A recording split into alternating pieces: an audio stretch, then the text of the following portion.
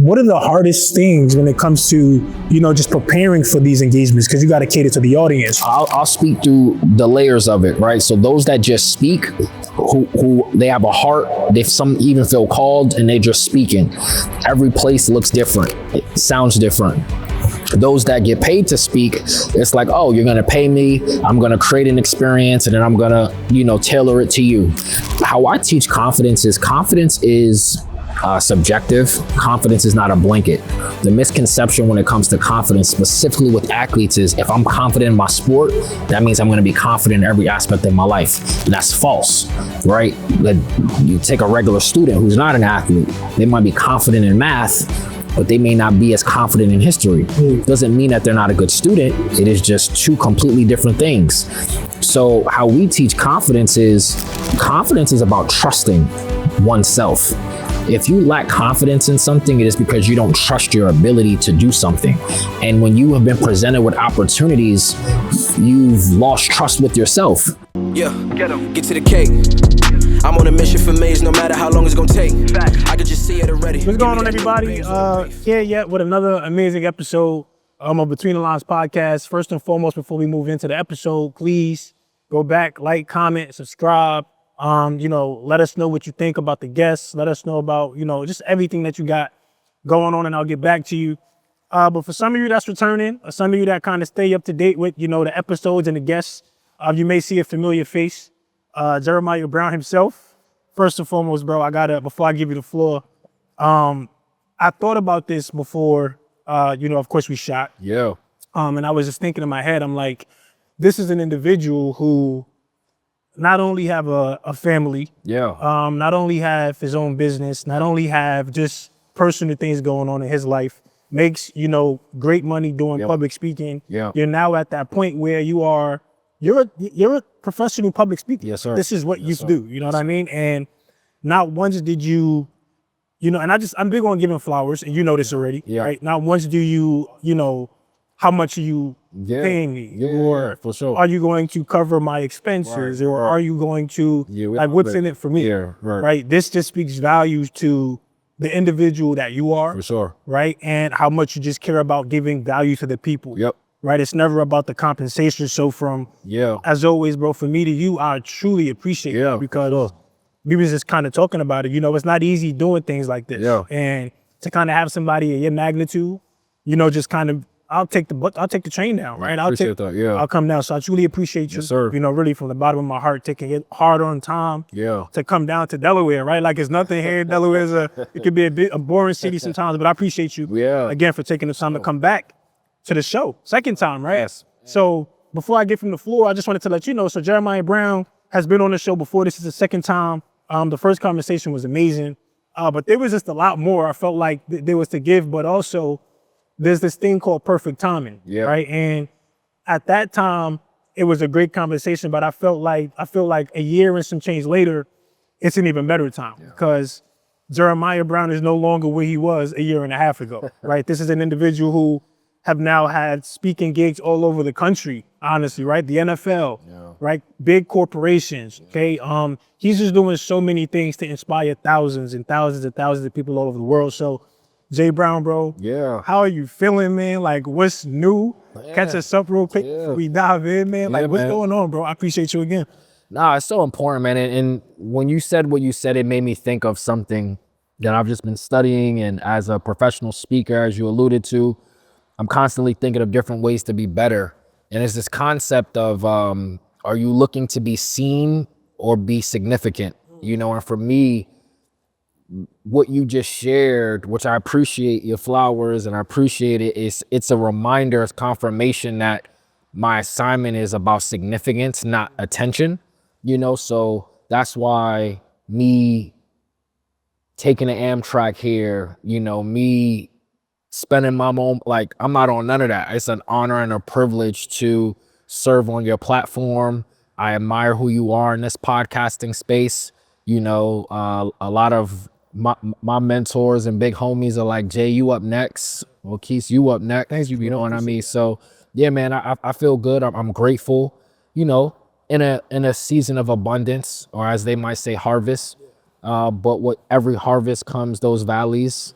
you know, so just navigating it all, bro. Yeah.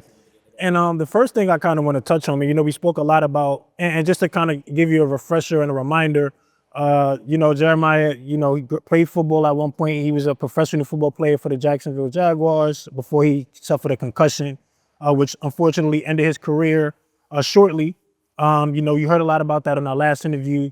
Fast forward to today, he's again, professional public speaker, in which he travels all over the world, right? And just kind of talk to individuals and kind of make them feel better about themselves, but also their situations, just kind of building that self-confidence.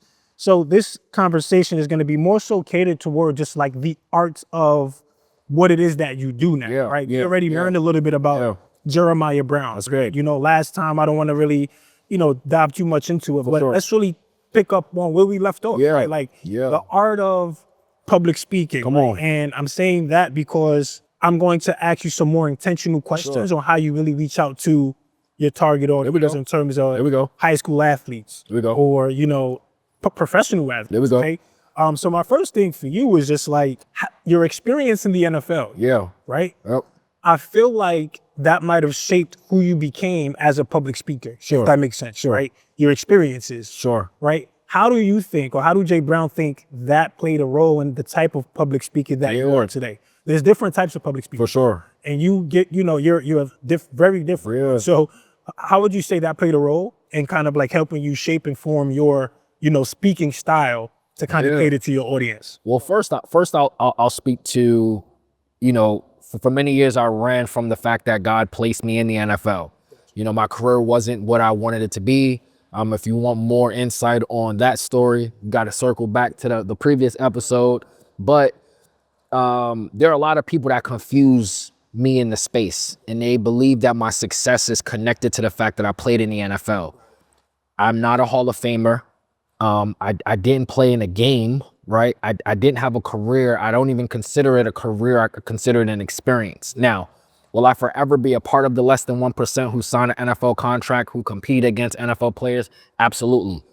But what people forget is that prior to where I'm at now, it took over a decade of doing in the New York City Department of Education, right? So yes, me being a professional athlete in the NFL gave me a platform and a foundation that what God did was he equipped me with attention. Like the moment someone hears my name and then they hear NFL, I have their attention. Now, what the New York City Department of Education taught me over a decade is, now that I have your attention, what are you going to feed me? There are a lot of people who have played professional sports that are trying to do what I do. And it's not to say that I'm better than they are. It is the fact that they are leaning on the talent where I am developed the skill.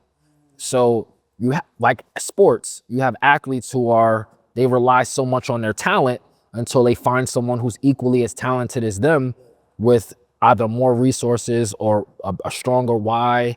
That's me in the space, so being a former athlete has helped a great deal of, either access or attention. But I tell people that say they want what I have is, do you want the failure and pain that came with it? Because it was those failures, it was those experiences of resilience that really shaped who I am as a speaker today. And what I do want you to, and although, I want this to kind of be a continuation of our conversation, I do want you to remind people, because, people forget. And, for sure. We have new individuals that might be watching this conversation. I do want you to remind people of why you transitioned into public speaking. And, that being your calling, because for sure, when you told us the first time, it was so inspiring that I think people need to hear it again. So can you kind of remind the individuals of that breaking point for you in your, your football career that made you say, I think that, my voice is it, right? So what was that moment that you just remind everybody? So 2012, I know Philly's not too far from here, so those Philly supporters will love this. 2012, Dreams and Nightmares, right? Meek Mill. When I think of 2012, that's what I think of, because I was living my dream of graduating college with not just one degree, but 2 degrees, one in education and one in sociology.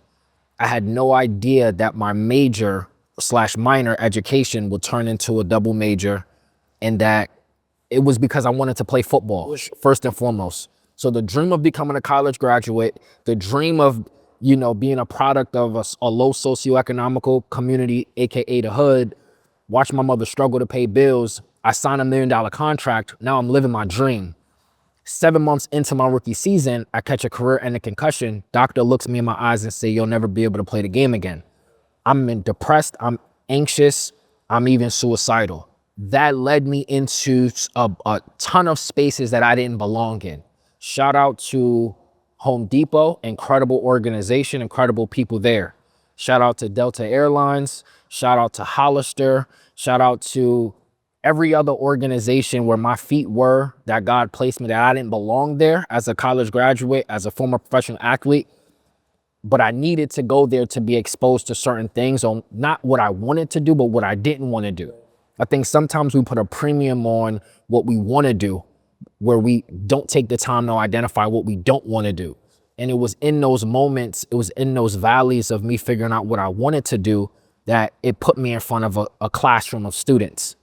And it was working in education for over 10 and a half years that I truly believe that's what saved my life. Working in education was the first thing that gave me purpose outside of the sport. Ever since I signed an NFL contract, I was getting asked to speak. What most people don't know is that speaking, getting paid to speak, and being a professional speaker are three different things. I got you.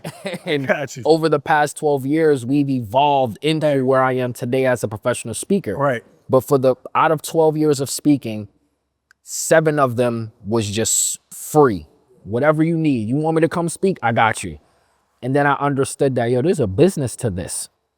We won a grant with the New York Knicks. I used 1/3 of that to invest in my company, my first book, and my speaking. And as a result, 5 years later, we are where we are now. I love how you set that up. And we talking about just public speaking and now where you are currently. Let's really talk about what are the, not the biggest misconceptions. Yeah, come on. What are the challenges of this public speaking things? Because you just kind of broke down that there's three different types of speaking. You're right. And there's a level to each of them, but it's not just let me hit up this person to come speak at this event. Most people think it is. But more importantly, the preparation behind it. Yes. What are some of the biggest challenges for preparing for your gigs? Because your first quarter, you've probably been to about 15 to 20 engagements already with 3 months. Absolutely. Right? And it could be within a week. Yep. You just told me off camera that you have one tomorrow. Yep. Next week. Yep. What are the hardest things when it comes to, just preparing for these engagements? Because you got to cater to the audience. You got to cater to who you're speaking to. What are the biggest challenges for you, and how do you prepare mentally to kind of get in that zone? So I'll speak through the layers of it, right? So those that just speak, who they have a heart, some even feel called and they're just speaking. Every place looks different. It sounds different. Those that get paid to speak, it's like, oh, you're going to pay me. I'm going to create an experience and then I'm going to, tailor it to you. Professional speakers, they have a specific lane. They solve a specific problem. And as a result of occupying a lane and solving a problem, you don't chase, you attract. That's good. So those that just speak is just wherever you need me, I'm there. Those that get paid to speak, it's like, oh, you're going to pay me? Oh, snap. Let me put something together so that I could do my thing. And now I'm trying to find other engagements. Professional speakers, they don't chase engagements, they attract. And I don't say that out of arrogance. I say that out of respect for the craft of, it took over 12 years for me to get here. I've earned this space where we're not chasing engagements, we're attracting them because I solve a problem. And as a result of solving a specific problem, those that have that problem that I solve find me because I position myself in the marketplace to be fine. And I'll share this really quick. I know, good. There are a lot of people that look at my life and they say, man, how did you become an overnight success? For over 10 years, I've had to live 2 lives. How do I put this? As someone, you work in a school, it is a conflict of interest for you to really put too much of what you're doing outside of your W-2 job, specifically in a school setting, because you might have students that follow you, you might have families that follow you. And depending on your position in a school, mine's being a school leader, I couldn't share with the world social media that I'm in Texas speaking, or that I'm in Colorado speaking, because my school community, the organization that's paying me a W-2, it don't matter what they're paying me. The people I'm responsible for serving. So for over a decade, I was responsible for working in education. I couldn't share what I was doing to the world. So now that I work for myself for the past 3 years, I can unapologetically share what I do, how I do it, my gift. And people are like, man, how'd you do it so fast? It's like, nah, bro, we've been doing this for over 12 years. I can now just share it unapologetically, you know, and I think that was one of the biggest reward. It's been one of the biggest rewards of me leaving my That's career. beautiful, bro. And I kind of want to pivot just a little bit, you know, still talking about speaking, but just the leadership and the mindset in sports and just in life in general, right? As somebody who was a professional athlete, public speaker, just a person of influence. Yes, sir. Right? You know, people follow you and they love the messages that you give. Thank you. What do you think, and not just yourself, for you and other speakers, Yep. right? Because you've been in rooms with many of them, Yep. right? What do you think is the one leadership quality, or not leadership, but what do you think is the one quality that every speaker need to have, right? And truly Yeah, that's good. owning up to that. You know what I mean? Yeah. Like, what's that one quality that you think everybody have that's in a commonality between you all? Yeah. But also You say good speakers have, or just in like, speakers in general, but Yeah. let's good speakers. Like, Okay, good effective. speakers. Effective. Gotcha. You know, Okay. effective speakers. You know, you've been in rooms with effective, Yep. successful speakers. Yep. So those individuals. Yep.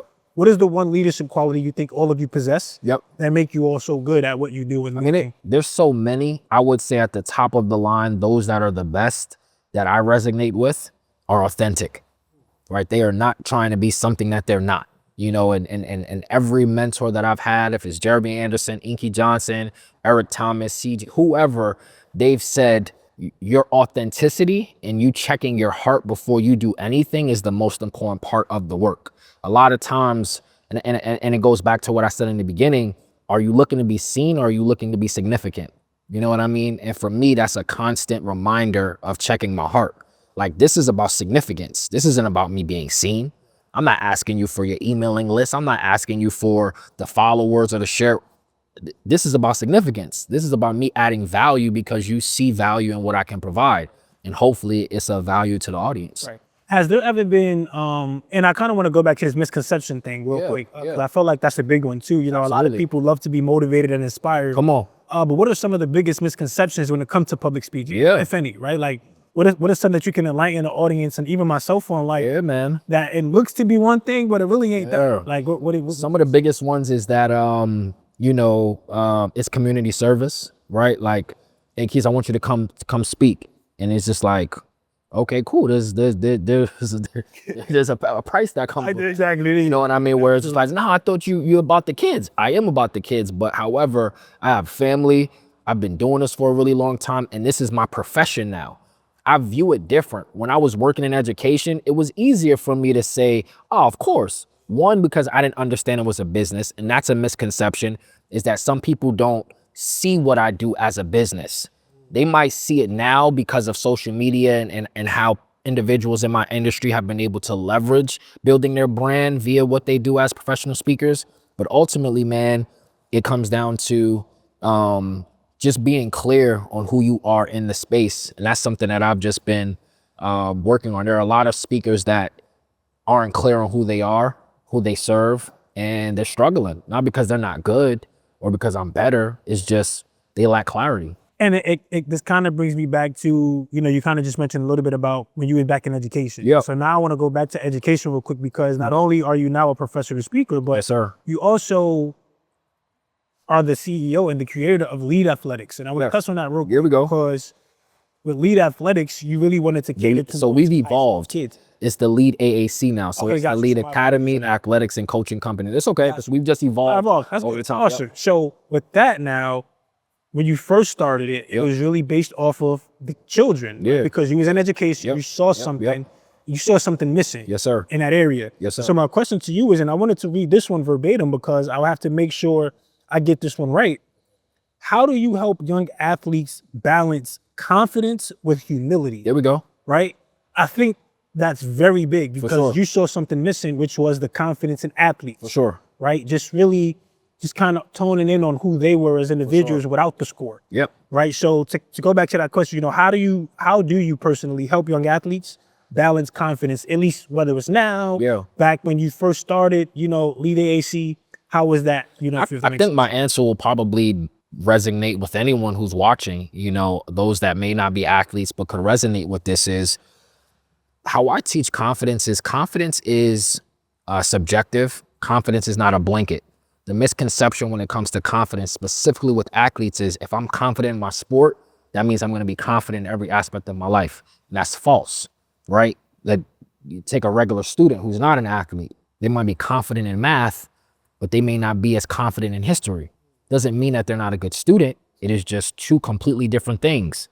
So how we teach confidence is about trusting oneself. If you lack confidence in something, it is because you don't trust your ability to do something.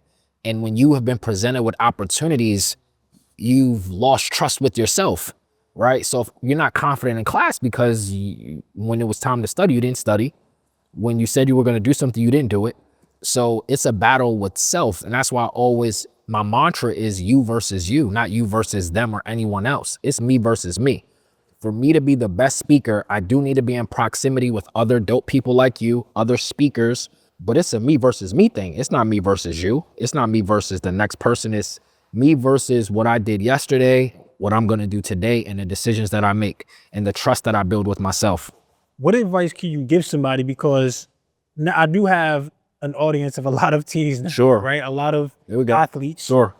What advice would you give an athlete who is transitioning from one sport to real life? Yeah. Like they no longer have the sport. Where to go? But the sport is all they knew. Sure. Right. So what advice do you now have, you know, which, you know, with where you are now to that person that's trying to figure it out?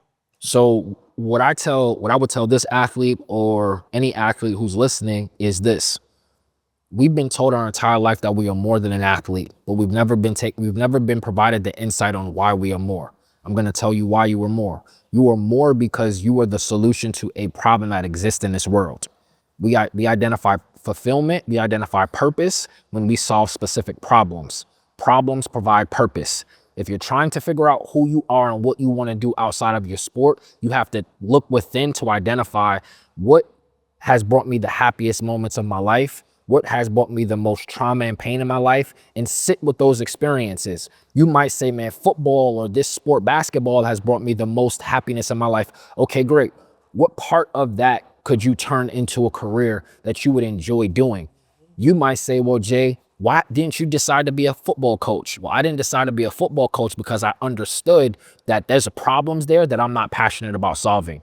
I truly believe that God placed me on this earth to solve problems on an international level. Hence, he sent me to Brazil to present. I'm going to be speaking at the United Nations tomorrow. So for me to work for a specific school or coach a specific team, I felt like I was doing my assignment a disservice. Not to say that coaching a sport isn't good. Shout out to the coaches. We need you.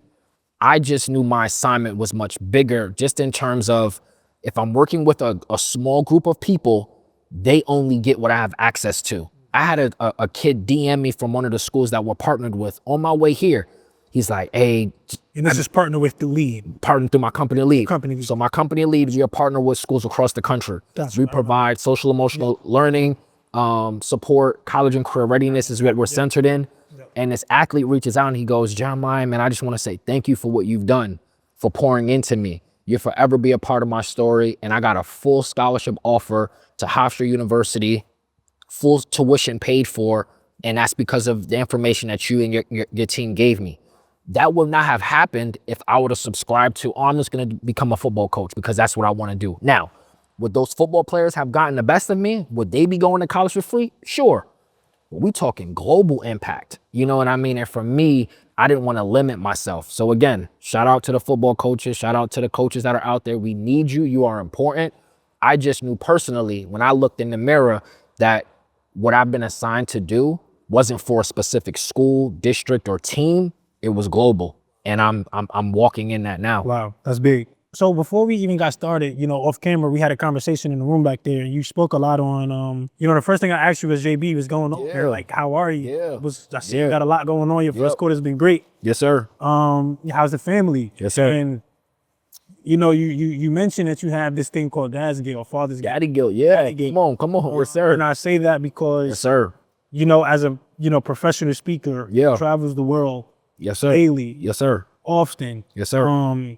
It's you miss out on that father time, Yep. right? You miss out on that husband time, Yep. right? And there was this post specifically that you posted where you earned an award, I believe, or recognition for being the best Speaker of the year. Speaker Yes, of the sir. year. Yes, sir. And I saw little Jonah, man. He was man. out there just crying with Yes. you. Yes. And that just kind of makes me think about what you said in being not an absent father. Sorry, Yeah. just like not being present Sure. enough. So sometimes you want to just relax. Sure. Sometimes you just want to be able to kick your feet up and just Right. catch up. How big of a role does that play in your effectiveness as a speaker, or like, how does that affect you, right? Just kind of being that's able to good. balance that and handle that. And, there's some people that might someday, that might have kids or that might have a busy life that could be listening to an individual like yourself, kind of help them not make, be more balanced with their schedule. So what can you tell the people about what that is man. meant for you and how important that is? So I'll say this, there's a big misconception when it comes to present fathers. A lot of times the misconception is that what deems someone present is if they're accessible or they're there. There are a lot of mothers and fathers in the home that don't speak to their kids, that don't spend time with their kids. As a father, as someone who's married, on countless times, it's not intentional, but on countless times, I could be on my phone. My wife could be on her phone. I could be doing my own thing. My son could be doing his own thing. My daughter could be doing his. We're in the same space, but we're not spending any time together. We are present, but we aren't present, if that makes sense. So for me and my wife, which I'm so grateful for, we work really well at reminding ourselves in real time. So we do this thing called Family Fridays. And it's funny because sometimes people are like, why are you only a family on Fridays? It's like, no, we are being intentional on being fully present and engaged as a family. So Monday through Thursday, you got work, you got to cook, you got to clean, you got to get ready for the next day, you got to decompress. So sometimes you don't really have the time to really just sit and watch a movie or just play a board game or whatever it is. And because Friday, Jonah doesn't have homework, my wife gets to work from home. When I'm home, it's a slow day for me. Man, we just spend that time together. I truly believe that my two most important assignments is that I'm Jonah and Jayla's father and I'm Jillian's husband. Not that I'm a speaker, not that I'm a former educator or professional athlete. It is that God assigned me to be someone's husband and someone's father. And I have not been perfect. I have, made many mistakes, but I'm actively trying to get better every single day. And I'm glad you say that because you said you're not perfect. And it's Not funny, perfect. it's alignment because my next question is going to be, just to get it not too personal, Sure. but just, about you and your wife, as someone who's not perfect and somebody who's always on the road and who might not be, that's got something going on, like, has there ever been a moment in which you guys haven't seen eye to eye? Sure. Well, it's like any married 100%. right? And how does that work for you both? Like, how do you guys, remain and keep the relationship so healthy 100%. at this age? Because again, this is all for people who listens and watches. So I'll tell anyone who's watching this that has aspirations like I did, and as I still have, being married, remaining married, and just being in a healthy relationship is any relationship in life is about evolution. I truly believe that me and my wife, we've been together 15 going on 16 years, married 7 going on 8. It is simply because as I've evolved, she's evolved with me. As she's evolved, I've evolved with her. We are evolving together. There are times where I have to stop because I'm elevating and she's where she is. And if I keep going and I don't take time to just like restructure some things around my family, I can find myself in a completely different space where I'm not even fully present or engaged. And the same for her. You know what I mean? As she's elevating, sometimes she has to stop and look back and say, hey, are we good? Let me move some things around so that I can come up to her level. She can come up to and we're constantly just ever evolving. So I shared that because a lot of times when relationships and couples don't work out is because we've evolved into new people. Who my wife was in 2009, she is not that person. who I was when she met me in 2009, not that same person. 2009, we in 2025. No. Right? That's a long time. I've made mistakes. She's made mistakes. And over those years, man, it's just been about just evolving. We're in a season now where, because my schedule is so demanding, I have to be strategic on my time. You know what I mean? So this worked because my wife's busy. The kids are, you know, doing their thing. So it's all about strategy, man. And strategy is so important. Man, that's so big. important. And I kind of want to ask you about, so you kind of mentioned not the rebrand, but you guys evolved. Yes, sir. Yes, sir. Real quick. My bad. I'm trying to get everything in. Yeah. Now you good. But so what was that like? The restructure. What moment were you like, okay, let's kind of switch things up a little bit? And we're still evolving, man. To answer that question, we are evolving in this moment. You know, the market has changed. We founded Lead, my close friend, shout out to DSU graduate, Rashad Steven.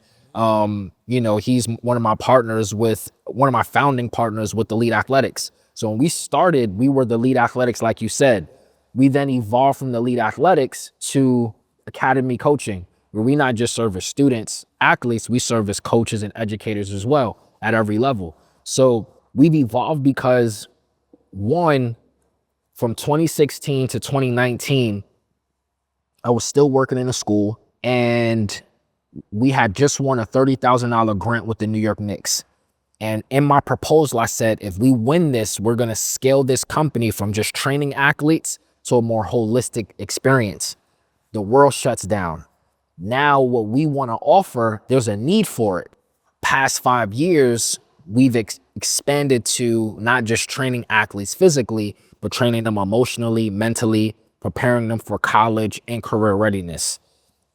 Since then, we've evolved into like solely being a college and career readiness organization where, like I mentioned, we were a mile wide and an inch deep, where we were offering way too many different things, to where now we are an inch wide and a mile deep, to where we went from offering 5 different things to 2 things really, really well and different from everyone else. But in anything, man, it's like Blockbuster became Blockbuster because the market changed and they weren't willing to evolve. We not looking to be Blockbuster, bro. You know what I mean? No disrespect. Nah, I believe you. Of course, you want to be different. Yeah. You know, you get to be in with a lot of like-minded individuals. Yes, sir. Who have you learned from the most? Sure. Right? Yeah. When it comes to your craft of speaking. Here we go. Right? You, like you said, now this word evolution. Yeah. You know, you always evolve. Yes, right? sir. So who have you learned from the most? What have that person taught you? Yeah. What do you just kind of pick up, you know, when you do these engagements, right? Because man. people think and they see, okay, Jeremiah Brown, the speaker, let me prepare, let me just go, you know, deliver a powerful message. Yeah. But they don't see you going to workshops. They don't see you being coached. They don't see you learning. They don't see you getting. That's a misconception. So there we go. That's good. It's a misconception. That's so good. how do you learn? Like, who did you learn from the most? And like, how did that help you become Jay Brown today? So this almost answers your previous question as well. And all in one is, biggest misconception is that speaking is just about speaking. Oh, I have a story to tell, someone will book me. Just because you have a story to tell doesn't mean someone is going to book you and pay you what it is that you may feel like you're worth. There are a lot of people that feel like they're worth than the product that they provide. So they'll hear someone like my mentors, Jeremy Anderson, to answer your question, Eric Thomas, Inky Johnson, CJ, Coach Crump. Like, it's so many of them that like Jessica Lundy, like so many of my coaches that have played a huge role. So there's not just one. I got you. But I will say that I've spent over 100,000 in my personal and professional development, right? Through therapy, through coaching, through business coaching, speaking, you name it. I love that. So when people look at what I do and they say, man, I want what you have. I love that. Oh, I just got to speak. No. You got to spend over a decade in education, and you got to spend over $100,000 in your personal and professional development. If you're willing to do those 2 things, oh yeah, you could definitely have what I have and do it the way I do it. Because me being a certified special education teacher is what helped me become the presenter that I am. So when people say, man, your presentation was so engaging, it was engaging because I'm not speaking at you, I'm speaking with you. That's good. I understand in every room, there's not just one learner, there's 5 different learners. So I want to speak to every single learner. I would not have learned that if I wasn't a certified special education teacher. You know what I mean? Everybody, in my opinion, may have a learning disability in something. If your learning style, Keith, is vision, or visual and kinesthetic, but I'm teaching you in an auditorial way with no visuals, no kinesthetic, you now have a learning disability when it didn't exist. It's not that you have a learning disability, it's just I'm not, and you have so many teachers, you have so many educators, you have so many people that are in spaces where they're not thriving because their leader didn't take time to learn. How do you best learn? What positions you to thrive? I'm thinking about all of those things when I present, and I believe that that's what has separated me in the marketplace. Wow, that's good. And I say that's good because, like, not because you're delivering a message, but as an educator, this is me learning, right? This is me like, this is good. I'm a special educator, so I can relate to these things in the classroom. 100%. Right? So we're going to wrap up shortly, but I got a question for you. Sure. I kind of asked all of the guests this. Sure. Where is Jeremiah Brown? So take everything out, take everything, away. Yeah. Where is Jeremiah Brown mentally, That's good. business-wise, That's good. spiritually, There we go. on a scale from 1 to 10? 10 obviously being the highest, Yep. 1 obviously being the lowest. And can you explain why? So why are you where you are in those categories? Yeah, man. Where I'm at personally, I feel like I'm, between an 8 and a 10. I feel like personally I'm blessed. I'm extremely grateful for the life that I live. There are a lot of things that I want more of that I'm just constantly reminding myself, like, I don't need anything. There are just things that I want to provide for myself and my family, and more of a lifestyle thing than anything, but I don't need anything. So, I stay between an 8 and a 10 personally. Now with my business, or I would say spiritually, I would say I'm between maybe a 6 and a 10, right? There are some days where I'm not as consistent with how I communicate with my source. It's a constant battle of I'm only speaking to him when I want something, as opposed to just living in gratitude and just constantly reminding him, on the days that I'm reminding him of how great he is and how much he has provided me, and to keep we operating at a 10. In my business, man, I'd say, man, we're probably at like a 4.55. Love the honesty. Surface level, we look really good. We are doing what we're supposed to do. Let me say this. We are doing what we can control. What was once uncomfort, we've now made it comfortable. It's not above a 5 towards a 10 because I want to scale my company. I'm a technician and I need to be a CEO. There are a lot of people that have a business and they think they have a business, but they have a job. What is the difference? For anyone who wants to become a full-time entrepreneur, I would highly recommend that you understand what it is to build a business. And here's the difference between a business and a job.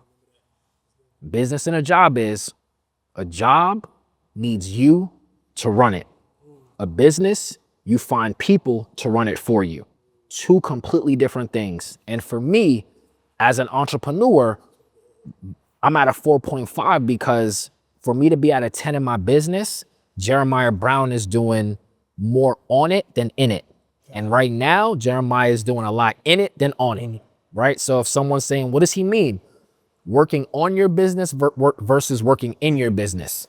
Does that make sense? And it's super important that you understand that it's okay to work in the business, but now you don't get stuck in it. And that's where most people get stuck that start businesses, is they get stuck in the doing.